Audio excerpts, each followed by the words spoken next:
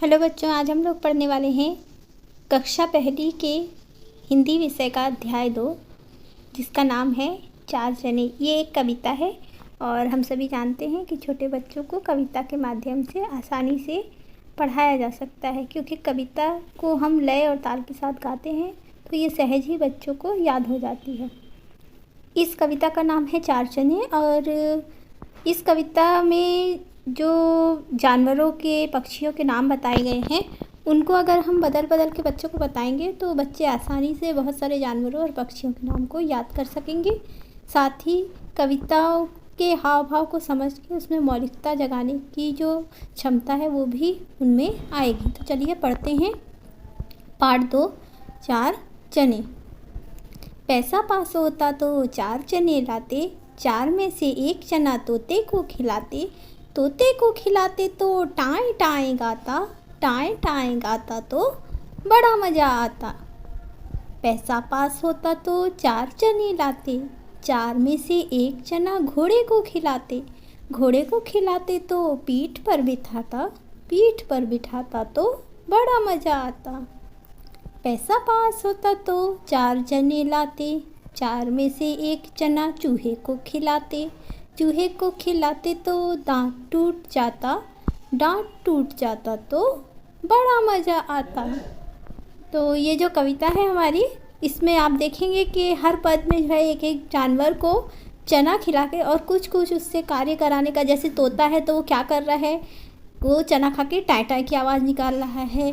घोड़ा क्या कर रहा है, वो पीठ पे बिठाने का काम कर रहा है। और चूहा क्या कर रहा है, वो उसका दांत टूट जाता है, क्योंकि चूहा जो है कुतरने का काम अपने दांतों से करता है। तो ये कविता जो है बच्चों को बहुत ही मज़ेदार लगेगी।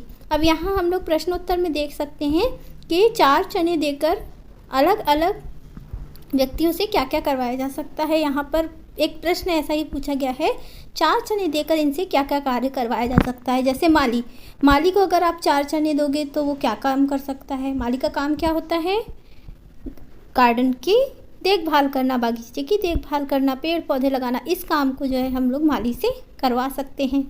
हलवाई से क्या काम करा सकते हैं, हलवाई से मिठाइयाँ बनाना काम कराया जा सकता है। दीदी से क्या काम करा सकते हैं, दीदी से अपना होमवर्क कराने का काम करा सकते हैं हम लोग, है ना। और दोस्तों से क्या काम कर सकते हैं, दोस्तों के साथ खेलने का काम हम कर सकते हैं। ठीक है, तो ऐसे प्रश्न पूछ के जो है बच्चे यहाँ पर आसानी से अलग अलग व्यक्तियों के, जंतुओं के नाम रख के और उनसे क्या क्या कार्य किया जा सकता है इसके बारे में उत्तर देंगे। ठीक है, अगला है किसने क्या खाया। चार में से एक चना किसको खिलाया था। सबसे पहला चना किसको खिलाया, तोते को खिलाया। दूसरा चना किसको खिलाया था, दूसरा चना घोड़े को खिलाया था। तीसरा चना किसको खिलाया, तीसरा चना उसने चूहे को खिलाया था। एक चना बच गया है, वो किसको खिलाएंगे।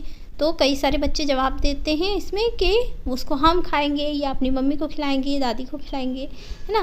तो इस तरीके से जो है इस कविता में बच्चों को बहुत मज़ा आने वाला है। अच्छा, इस कविता में हम लोग जो कविता है उसको बच्चों को आप बदल के बोलने के लिए भी बोल सकते हैं। जैसे पैसा पास होता तो चार चने लाते, चार में से एक चना खरगोश को खिलाते, खरगोश को खिलाते तो फुदक के दिखाता, फुदक के दिखाता तो बड़ा मज़ा आता। तो ऐसे इस कविता का प्रयोग हम लोग जानवरों के नाम याद कराने के लिए, पक्षियों के नाम याद कराने के लिए भी कर सकते हैं। जैसे पैसा पास होता तो चार चने लाते, चार में से एक चना बंदर को खिलाते, बंदर को खिलाते तो पेड़ पे चढ़ जाता, पेड़ पे चढ़ जाता तो बड़ा मज़ा आता, है ना। तो आप बच्चों को कहिए कि वो अलग अलग जानवरों के नाम इस कविता में रख के और आपको सुनाएं। तो जब बच्चे अलग अलग जानवरों के नाम रखेंगे तो वो जानवर क्या कार्य करते हैं, या वो कैसी आवाज़ निकालते हैं, या वे कहाँ रहते हैं, इस प्रकार की चीज़ों को याद करके वो कविता में एक मौलिकता लाएंगे और इससे जो है उनकी स्मरण शक्ति में भी वृद्धि होगी। तो हमारा ये वीडियो आपको कैसा लगा हमें कमेंट बॉक्स में लिखकर ज़रूर बताइएगा और हमारे चैनल को लाइक और सब्सक्राइब कीजिएगा।